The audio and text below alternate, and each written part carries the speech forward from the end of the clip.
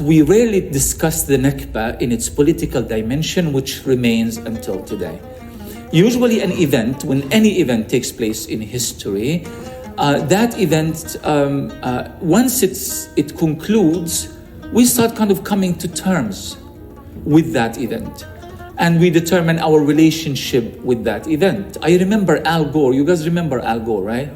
He was an interesting guy. One time, like years ago, when he was running for president, he said something when he was asked about UN Resolution 194 about the Palestinian right of return, and he said, "This is ancient history." That's the term he made. It's an ancient history, and we shouldn't even be discussing it. Well, first of all, in international law, there is no such thing as ancient history. International law is not the history department at a university.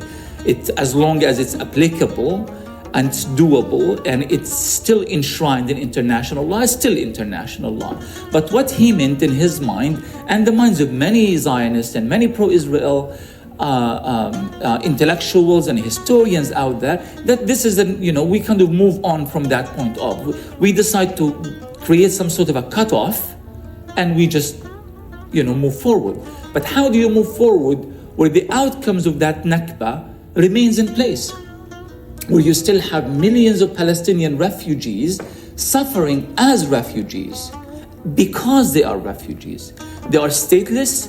They don't have a legal status, neither in Lebanon, neither in, of course, the West Bank and Gaza. They have no political rights as a result of the denial of their refugee status. How do you define it as a historical event when people are still suffering the consequences of that event? And that's where the concept of al-Nakba al-Mustamirra, the continuous Nakba.